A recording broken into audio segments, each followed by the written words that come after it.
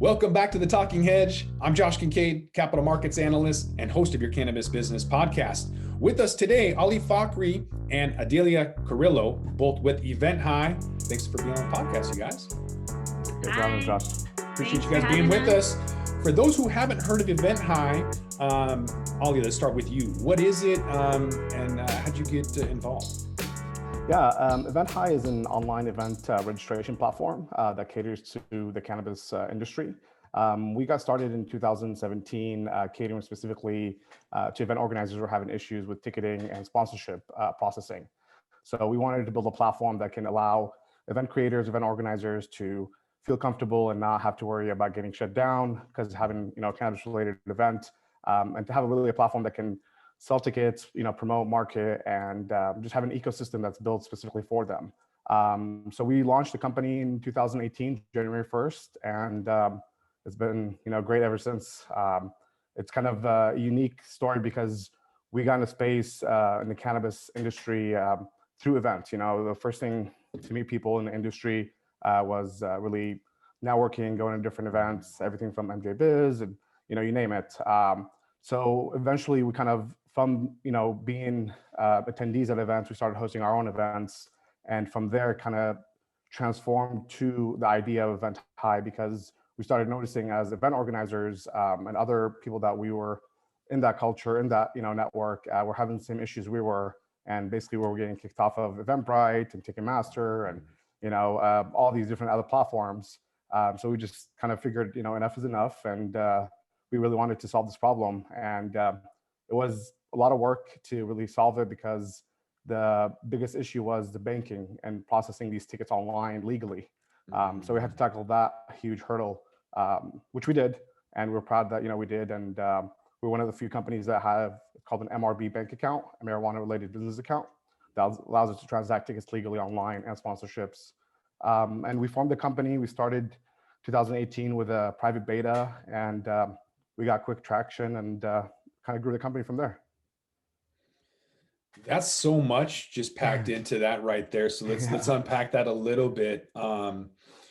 Events are crazy. So this poster here was with Cliff Robinson, previously with the NBA, just passed away, unfortunately, from cancer. Yeah. And when I held the Blazers versus Nuggets event, it was Portland's last event at the Moda Center when they played the Denver Nuggets. So we did a cannabis event. Oh, nice. And this is 2016. So really early on, but it was incredibly difficult to get people to hear about it. So you had Meetup and that was okay. But for social media, you had Instagram still shutting people down, and Facebook. Eventbrite didn't really like it. So it was packed, but people didn't really get to hear about it. And so I wish EventHi was around when we did the Blazers versus Nuggets event, but not easy. I got out of catering and event planning because that wasn't my thing. I wanted to do the Seattle Super Chronic Cafe, but Washington put a felony on maintaining and operating a marijuana lounge, which still exists today, if you can believe that. Wow. So my pivot was into events, and it's very, very challenging, very difficult, which is why I got out. It's very difficult. I had to pivot to stay relevant, and I just did consulting, and then that pivoted into other things, and now I'm doing my own thing. But you guys are still in it, and you have dealt with a lot of stuff. So unpacking some of the difficulties that you encountered with social media, can you kind of explain how you're even able to get EventHi even out? How do people even hear about it with social media shut and everything down? Yeah, I mean, with us, to be honest with you, it was kind of a word of mouth. It was a natural kind of a process because we started working with a few event organizers that kind of spread the word for us. So the unique thing about our business model was when you hosted an event through our platform, you were going to share the link, on your social media, on email blasts. So people were, going to our website organically by, promoters promoting their events. They're on a platform. So when, people were going in to buy a ticket, they're also browsing other events and they're seeing the opportunity they can create an event as well. So the platform grew organically without really having a marketing budget, especially early on when we were starting the company. And it was just really word of mouth. These event organizers, that's what they do, they're promoters. So they have to promote, their event pages. And they were bringing traffic to the platform. and it made it easier. And also for the attendees, when they purchase a ticket, they usually share, I just bought a ticket to this event. So our link was kind of being really everywhere. Every Instagram, page you see, purchase tickets, click on the link right here. So it's kind of exciting to see that kind of organic growth. But eventually, as we grew the company and we brought in, Adelia as our CMO, we kind of went a different strategy and different kind of thinking of how we can interact with these customers and kind of really increase, our user base, based off our market strategy, and kind of really just looking at it more of a same way we kind of started the company, as that, word of mouth, but we kind of just, enhanced a little bit more, added more content, added more things to allow, different kind of, customers to come on board. Adelia, I don't know if you want to maybe, touch point on any of that as well. Yeah, that was the biggest thing, was what I loved. It was an organic reach in the beginning when I saw EventHi starting to grow. And then join the team, I really wanted to focus on educating event hosts, how they can host whether their state has certain requirements and licenses. California specifically did. So we started diving in and trying to teach all the different event hosts that were in California, how they could host a compliant event. We started creating different articles state by state on how to get into the cannabis industry as an event planner. Then we started doing interviews with event hosts, giving them a platform. So that's the thing too, in the beginning they were promoting us, and now that it's kind of come full circle and we've been able to grow to over 43 different states, we're now offering them what we can in return, giving them promotion and doing what we can to enhance their exposure through our network now that we've been able to grow. So there's just been a variety of different changes. We have weekly newsletters that go out. We have newsletters that go out monthly to event hosts to educate them. We also have one that's a sponsorship newsletter, again, that creates content that can educate event hosts or sponsors on why it's important to sponsor an event. Can you just explain to the audience your background a little bit too? Because this isn't your first rodeo. We've been connected on LinkedIn and social media for a couple of years now. And so what were you doing before EventHi? How did you get into the industry? Yeah, so before EventHi, and even getting into the industry, I look at myself first, cannabis from a patient perspective. That's really what brought me back to this plant, was the patient role and how it helped me personally. I had a corporate career. I was in the consumer electronic industry, but during those health moments in my life, I ended up questioning what I was doing and what I wanted to do. So I started studying more about the plant, which led to my first company in the cannabis industry called Direct Cannabis Network. I felt that I could really build a bridge between corporate and entrepreneurship, and really make sure we didn't lose that heart that was going to come in as more corporate and businesses came in. So we highlighted startups, tech, entrepreneurs, and shared their why. But that was the thing. What I loved is that it taught me so much on how to really scale and build a company, with launching a company like DCN. I was out everywhere. I was doing I was trying to get on any podcast that I could, trying to apply for every speaking opportunity I could. And then again, kind of similar to EventHi, which I thought was great, was that the same thing. You highlight an entrepreneur, they're going to share that to their network. They're going to share that article link.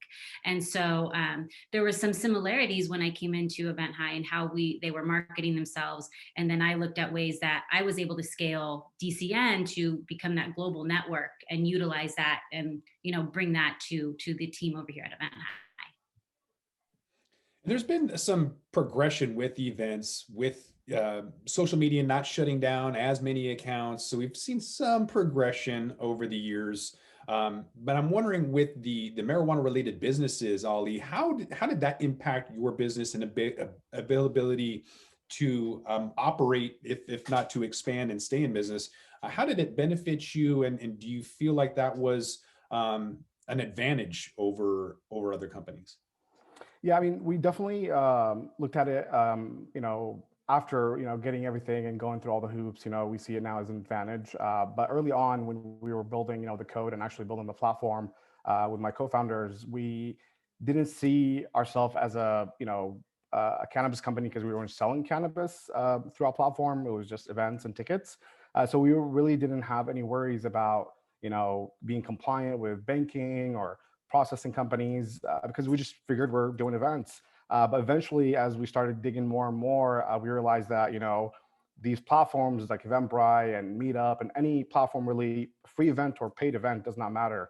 If it's on their platform, they consider it as a prohibited event, prohibited merchant, and a prohibited transaction because of, they have to obey by their, financial institutions and how they process tickets for all their events. So for us was difficult to find a bank that was willing to work with us as a cannabis software company. Again, we were, doing events, so we were more on the less risky than, if we were selling at a dispensary or anything like that. But eventually, as we started building the platform, we figured that if we can, team up with a bank that would have a transparent relationship with us, would allow us to, transact and secure, these payments that are coming through our platform to our customers without any worry or, having the fear of us getting shut down, which in return will shut our customers down. So we basically knocked on every bank's door. Everybody, you tell them you're a software company, a startup, they would love to give you an application, fill it out. The second you say cannabis, sorry, we can't help you. Here's a door. So we eventually found a bank called Partner Colorado Credit Union. They have a program called Safe Harbor Private Bank, which is a DBA of the actual bank that only deals with MRBs or CRBs, cannabis-related businesses or marijuana-related businesses. And we kind of really hit it off with the CEO and had a really good relationship and spoke on different panels, specifically on cannabis banking. And eventually, we were one of the first companies to obtain an MRB bank account back in 2017. I want to say maybe 2 months before we launched the platform. And it was a nail biter because we didn't, without the payment process and secure, we couldn't just use PayPal, we couldn't use Stripe because they could shut us down with any warning. So that was really where everything kind of started, and started seeing the advantage of that we had, that majority of our customers were coming in, getting shut down from Eventbrite or other platform to our platform. We were calling them refugees because they had nowhere to go. They were frustrated, and it was because this is their business. This is what they do. So eventually started kind of really dawning on us that this is not just a problem that we were having. This is something that everybody was having, and allowed us to really have a leg up on a lot of other event platforms. I wanted to chime in though. I think the one thing, not only was it the hard work to obtain this account, it's still a lot of hard work to keep it. There's a lot of due diligence factors that I had no idea went beyond this. It's not just, okay, now we've built this relationship with the bank. Like, there's auditing every quarter. There's due diligence that we have to follow. Like, it's not easy to keep these. It takes like a full-time job just to keep maintain this kind of bank account, which is so baffling to me, because as Ali mentioned in the beginning, when they thought, we're not touching the plant, we're selling tickets and sponsorships. Why do we have to go through this process? But it does take a lot to kind of maintain these kind of accounts, which is very interesting. Yeah, I don't think people in this industry understand the level of compliance. I worked for a brokerage firm, and when I started, it was this teeny little tech company, and it had one person working in compliance. And no one wanted to talk to her. And it was because she was so overworked. You'd wait till she had her coffee or whatever. And then if you really had a question, you'd go and talk to her after she had her coffee. So then once Capital One bought us, that one person job went to like 15 people or whatever. And all of these cannabis companies that are filing IPOs have no idea just about the compliance and regulations that they're going to have once they make it into the real world, as we'll call it. Very true. So yeah, it's very interesting. The bank looks at it as a high, risk industry, and that's the issue here, and especially it's federally illegal. That is even bigger, and that's the wall. But that's the thing that we really kind of discovered, that it is possible. I know a lot of companies in the space having difficulties getting shut down, and the lighter side of this, but there is banks out there that do these programs, and I feel like it's just, if you do your homework, you read a few hundreds of white papers, you eventually figure out the way to do this, and it is possible. But unfortunately, until things get federally legalized, we're always going to be a high risk industry. Right.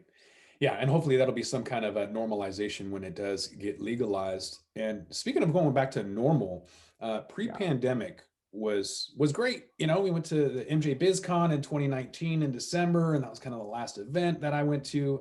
There's some local ones in Oregon, but for it's been, You you didn't know, go to the over a Emerald Cup year. afterwards? What's that? You didn't go to the Emerald Cup afterwards?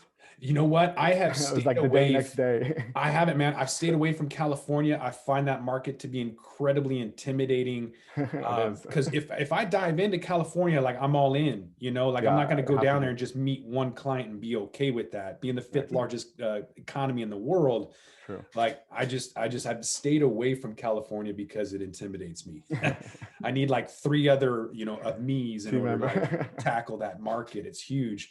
How do you guys tackle California? There's a lot going on. They have their micro markets. There's, you know, pre-pandemic, you could have your own event, but now that you're maybe working on bandwidth, how do you manage all of these accounts and all of these new markets with, you know, Montana, Missouri, Arizona, New Jersey, and then you've got Vermont that's broke, and Kentucky and New York's got FOMO.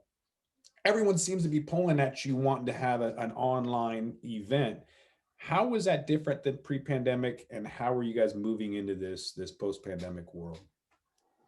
Yeah, so basically, when we started, before the pandemic kind of really hit, we were doing amazing as a startup. We were growing, faster than we can, see on paper. So for us, it was an amazing traction. The company was moving in the right direction. Everything was really kind of on our side. We even won the best tech company in 2019 at the Cannabis Award in Vegas. So we were, Nice. excited, leaving 2019 on a high note. And when the pandemic hit, it really kind of changed our entire, perspective on, events and how we should operate as a company, because our platform was built, to connect people offline, not online, So everything we've done, the past few years, from code to features to, promoting marketing, everything was to really promote the outside, of human connection, face to face. So when that happened, it really kind of hit us hard because we saw, I want to say, at least 75% to 80% drop in our revenue. So it was a drastic change. It was a punch in the gut, to be honest with you. I remember having a meeting with the entire team and kind of really explaining to them that this could be something that could end the company. But we were all of us smart enough to really sit and pivot and see what we have and the network we've built with event organizers, and we just started slowly converting these event organizers to online events. We converted our platform to work with online events. Our marketing, our strategy, everything really kind of transformed to allow these event organizers to host some of these online events, because a lot of them they were comfortable with what they were doing in person, but when it came to hosting events online, they were far as Zoom. They knew a little bit about Zoom, how to use Zoom, but with us, and we're kind of a very tech savvy, we teamed up with different platforms that we allowed our customers to use through our portals, and also offered services to allow them to host these events with our team in the background. So they would hire us to do event production virtually. And it really kind of opened the door and allowed us to have a whole new revenue channel, to be honest with you, which we didn't have beginning of last year. But also it gave us kind of another perspective of seeing the importance of that communication, if it's online or in person, and how important it is, because we started getting events. I mean, before 2020, we were only in the US. After 2020, we actually expanded to 5 other countries. So we started working in Israel and Canada and Spain. So it was really interesting to us how that change happened, But also, I mean, Adelia, if you want to maybe touch base on the marketing and how that completely changed and how we, Yeah. So, as Ali mentioned, our team, we're so thankful for the team. Everybody got together after that because it was the hardest thing. We really had to look at ourselves and look to our team members and let them know this, like Ali said, this could make or break. But we pivoted to the approach of virtual events. And what we did really focus first was just reaching out to all of our event hosts and just communicating them through the process and saying, this is what we think, moving towards virtual events. This is how we're going to help you, starting to educate again on how to host virtual events, offering the virtual event production services. So that was a new tool that we started offering. We would handle behind the scenes because as event hosts, they're so used to in-person events. Now trying to learn some new technology was going to be a whole nother avenue. However, what I saw with that was you had a variety of event hosts who were ready. they were ready to pivot, and they jumped on it. They started hosting these virtual events. But then we had the other half that was like, no, you know what, I'm just going to take the next couple months off, because everybody assumed this was something that we would get over with pretty quickly. Obviously that changed, and now we're starting to see those individuals being more interested in virtual events. So it's almost about a year after, and now they're starting to be more open, but they're also looking now at the hybrid component. So from a perspective of what you were saying in, you know, how did we kind of stay relevant and kind of, I mean, keep growing at that approach. The virtual event productions did open the door to new event hosts, even though we had quite a few that weren't ready to move forward with that kind of like model. It did, that word of mouth and seeing other event organizers move to virtual led to new introductions. So it opened up a new revenue model, but it still had its ways in growing the company a little bit. Even though the business model, like we said, it's not fully back to what it was for us, but we have some good little things coming in. That's awesome. What's one of the more memorable events you've been to, either the ones that you've hosted through EventHi or just early on in the industry? Is there an event that sticks out in your mind as memorable for either being a complete shit show or just one of your favorites? I'm going to say mine before his, because he's going to say Emerald Cup, and I'm going to say Emerald Cup. I would have to say, so we were still working, you know, trying to work with Tim Blake and their team to, you know, have the Emerald Cup on our platform. But definitely Emerald Cup would be one of the top. But one of the ones that we did work with directly on our platform that, you know, used our software, Meadowlands. I don't know if you've ever heard of that one. So Meadow is a software company. They do, I believe, a POS system, and they host this event once a year called Meadowland. That's just literally a camping trip for the industry, and it's industry specific. It's really interesting because they have, you know, everybody from like Lower Ajax and, you know, people come and speak, but at the same time you're camping with a bunch of industry, you know, people. I believe it's a 3-day event, and it was an amazing experience, to be honest with you, because they had, you know, at night they had like a disco club with headphones, but there's no music, so everybody's dancing. Silent disco. Yeah. So it was really interesting, kind of being part of it, and you know, we had French Chicanoli doing, you know, hash bar and all that. Man. Yeah, it was just an amazing experience. So that would be for me for sure, for, you know, an event that we work with directly. That sounds one cool. to kind of go into, that's not one of my favorites, but to add to the Meadowlands part too, what was really cool on that perspective is nobody's wearing their, you know, at a conference, they're going to have their name tag or their logo or some sort of branding.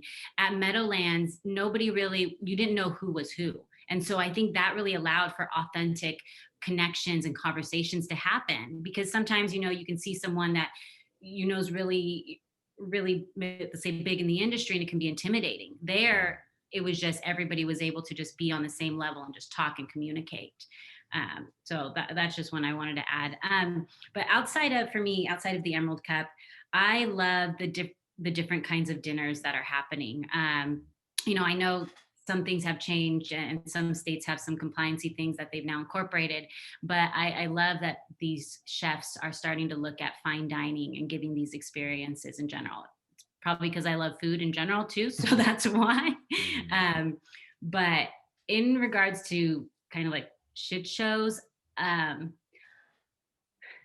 I haven't been to one specifically, but you hear through the grapevines, you know, you just hear of just maybe people didn't have enough staff and things kind of got out of control, especially if they're more consumption type events. You know, it's not the same as when you have alcohol, though. It's not that kind of crazy thing. It's just like either too much capacity and not enough, like, again, not enough people to staff it, or not enough trash cans, little things like that, that you're like, oh, these are things that people can hopefully learn from really quickly, you know? Yeah, I am looking forward to more chefs coming out. We have a felony on maintaining and operating a marijuana lounge here, so you can't do cannabis cafes or anything like that. I heard about that. Yeah, it's pretty rough. Yeah. But yeah, as soon as we can do that and open the window or the soul to the community where you can kind of have that engagement, there's a really awesome chef. Next time you guys are in Seattle, Chef Eric Rivera, with Addo, ADDO, a very unique restaurant where you have to actually make reservations. You can't just pop in. So there may only be one other couple with you eating. And It's he, a he might cannabis surprise you because infused. he'll look on social media and he'd be like, "Oh, you're interested in that? Maybe that's your dessert." And Oh so wow, all of a sudden you might get this thing and you're like, "Is this okay?" So anyways, interesting, really interesting. cool. Looking forward to the Yeah, same thing that you guys are talking about, all these yeah, events and in-person things. I got to get down there to the Emerald Cup. Maybe you guys can show me around when I get yeah, down for there. sure. So yeah, what are you guys looking forward to as we kind of wrap this up? What's the events that you guys are going to be putting on either this year or next year? Hopefully things open up next year, but what are some events that you guys are putting on that you're looking forward to for the remaining of 2021? So to be honest with you, I mean, for us, the events that our clients put on, that's what we look forward to. But as of now, a lot of things are kind of still being in limbo. So we're not seeing that many, planning happening. But we're hoping, things will open up again, like Kushtalk Festival, Seeker Sesh, some of these, bigger festival consumption events, licensed events. We're hoping these kind of, roll back soon. I'm guessing, maybe third quarter, fourth quarter, because what's happening with, the pandemic. Everything is kind of on limbo, and a lot of these organizers, pay a lot of money up front to secure venues and such things as security and all that. So we're kind of really just excited just to be in the space and just kind of really see things slowly open up because we truly believe that things will get 10 times better. More people want to go out and spend money and go to events and travel and go to lounges.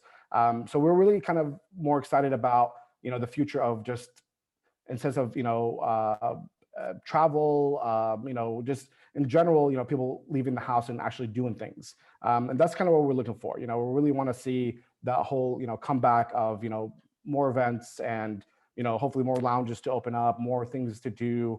And that's kind of what we're looking for, to be honest with you, just seeing that transformation happen, specifically, in the cannabis tourism event space. And we want to kind of really be part of it and, just and see how that all folds out.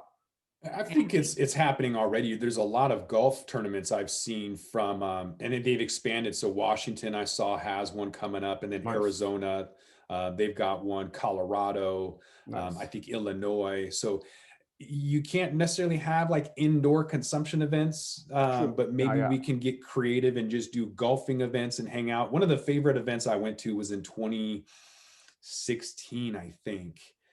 Seems like a lifetime ago. But it was this golf tournament, and it took about 6.5 hours. The average round of golf is about 4 hours and 20 minutes.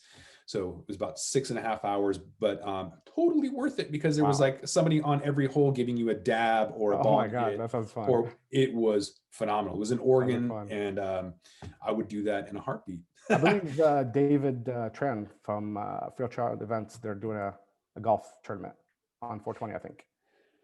Oh, he didn't mention that. He was just on the podcast earlier this week. But I wasn't sure. Yeah, I would definitely attend. Yeah, definitely. I mean, he does amazing events. Yeah, I love Dave. He's a fun guy to have. Definitely. Which is why he was on the Talking Hedge earlier. He's a funny dude. He is. He's an amazing guy. I do want to mention a couple of things.